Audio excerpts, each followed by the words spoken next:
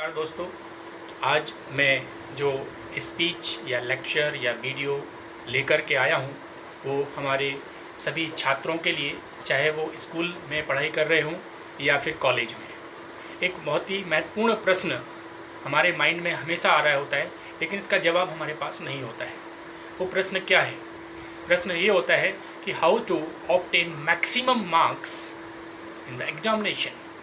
क्योंकि हम साल भर पढ़ाई करते हैं, एक छात्र साल भर पढ़ाई करता है और अच्छी मेहनत करता है, सारी तैयारियां करता है, लेकिन एग्ज़ाम देने जब जाता है और एग्ज़ाम भी उसको लगता है कि बहुत अच्छा हुआ है, लेकिन जब परिणाम आता है, रिजल्ट आता है, तो उसके अपेक्षा के अनुकूल नहीं होता है। ऐसा क्यों होता है? इसका आंसर अगर हम ढूंढें तो हमारे पेरेंट्स कहते हैं कि हो सकता है क्वेश्चन टफ आए हों, पेपर कठिन आया हो, है ना, शायद इसलिए मार्क्स कम आए। और जो पेरेंट्स होते हैं काफ़ी बच्चों पर, स्टूडेंट्स पर दबाव बना रहे होते हैं, लेकिन इससे क्या होगा? बच्चे की ग्रोथ नहीं हो रही होती है।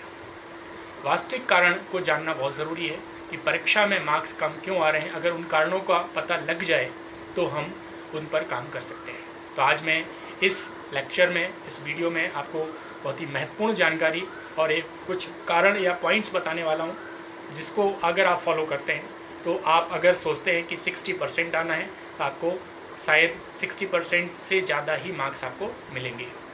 अभी प्रेजेंट में आपको अगर 70% का टारगेट लेते हैं तो आपको 68 मिलते हैं, 67 मिलते हैं, मतलब जो आप सोचते हैं वो आपको नहीं मिल पा रहा होता है। तो बेसिक 3 कारण होते हैं। बेसिक 3 कारण ये है कि आपको 3 तरह की बातें याद रखना है। एक एग्ज़ाम के पहले क्या करना है, एक एग्ज़ाम के दौरान ड्यूरेशन एग्जामिनेशन क्या करना है, और आफ्टर एग्जामिनेशन क्या ध्यान रखना है। इन्हीं पर हम चर्चा करने वाले हैं। फर्स्ट होता है बिफोर एग्जामिनेशन।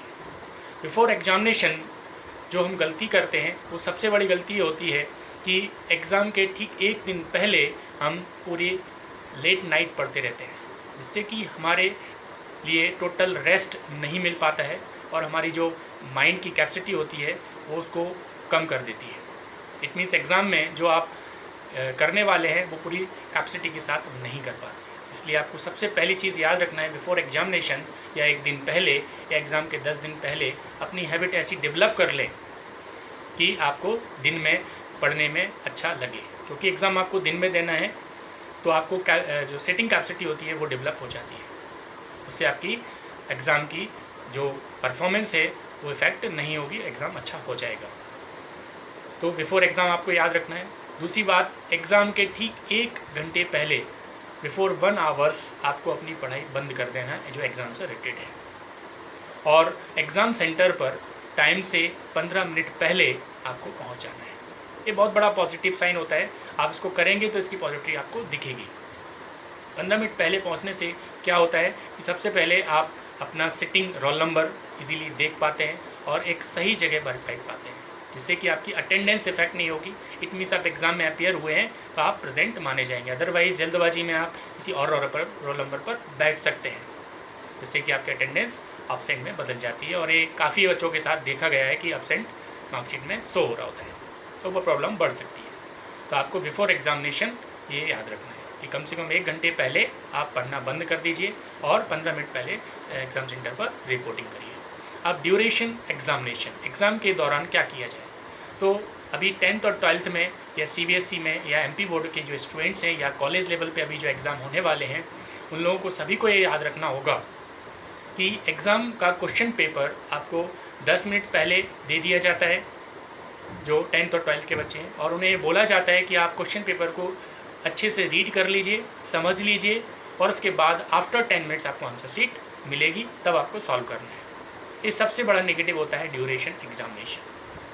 अधिकतर 99% टीचर्स को कहते हुए सुना होगा कि पहले पेपर को बहुत अच्छे से पढ़ लीजिए, समझ लीजिए और उसके बाद सॉल्व करिए। मैं 1% उनसे थोड़ा सा अलग आपको बताने वाला हूँ कि कभी भी क्वेश्चन पेपर को पूरा रीड नहीं करना है।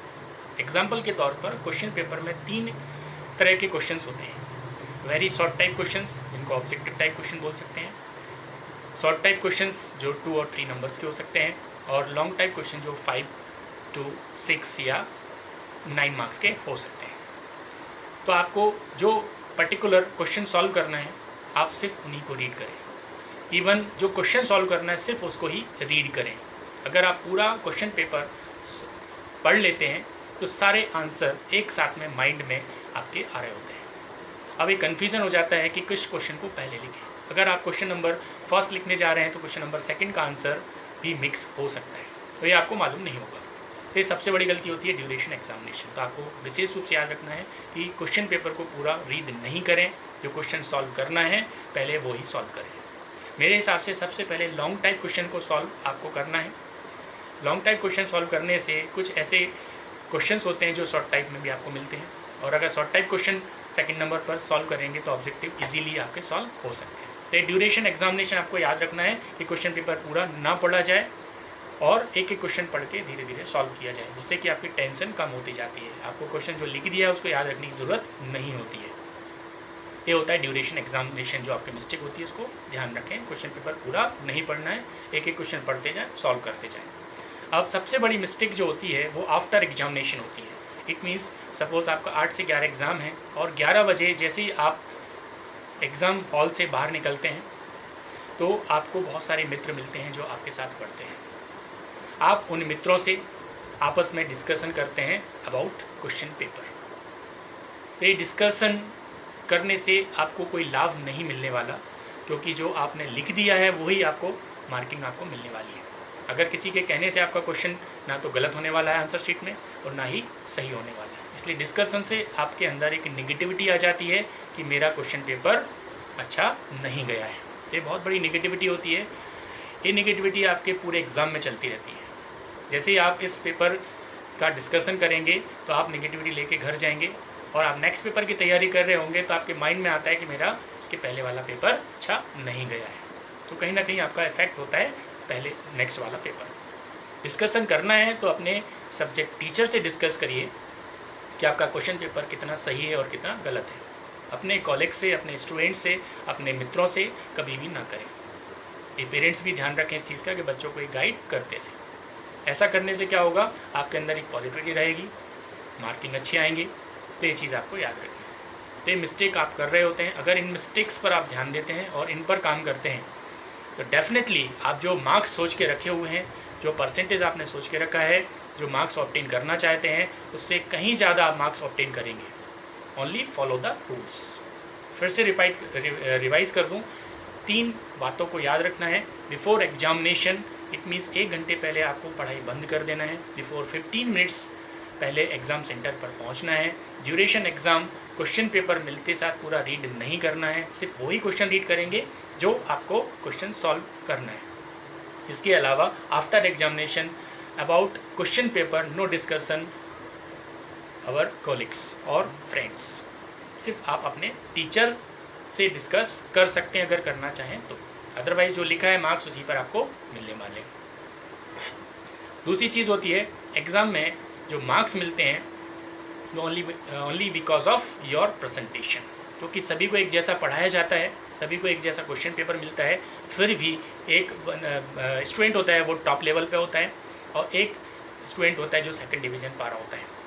तो आपकी जो प्रेजेंटेशन होगी उसके लिए आपको साल भर मेहनत करना होगी। तो प्रेजेंटेशन पर विशेष रूप से याद रखें कि अगर आप कोई क्वेश्चन लिख रहे हैं तो हर क्वेश्चन को एक न्यू पेज से स्टार्ट करना है, उसका आंसर अलग नए पेज से लिखेंगे। पेज को पूरी तरह से यूटिलाइज करना है, अदरवाइज आप लाइन खींच के पेज को रफली यूज़ कर रहे होते हैं तो उससे आपके मार्किंग कम हो जाती है। तो ओनली बिकॉज ऑफ प्रेजेंटेशन, तो ये चीज़ों को ध्यान रखेंगे तो नो डाउट अगले एग्ज़ाम जो अभी आने वाले एग्ज़ाम हैं या जो एग्ज़ाम आप देने वाले हैं या नेक्स्ट ईयर आप जो देंगे, डेफिनेटली आपके मार्क्स बहुत अच्छे आने वाले हैं। इसलिए पेरेंट्स भी याद रखें कि बच्चों पर दबाव ना बनाएं और फ्री माइंड से उनको पढ़ाई करने दें। अगर अभी तक आपने साल भर पढ़ाई नहीं की है तो नो प्रॉब्लम, एग्ज़ाम में एक टाइम टेबल बनाइए और उसके हिसाब से अपना पढ़ाई करिए तो आपके मार्क्स इजीली आ जाएंगे। तो होप्स ऑफ आप जो भी सुन रहे हैं उनसे मैं कहना चाहूँगा कि ये जो चैनल है इसको आप सब्सक्राइब करें, लाइक करें और ऐसे ही आगे अच्छे अच्छे वीडियो आपको आते रहेंगे, मिलते रहेंगे। आप घर पर रहें, सुरक्षित रहें, इसी शुभकामना के साथ आपको बहुत बहुत शुभकामनाएं। धन्यवाद, नमस्कार।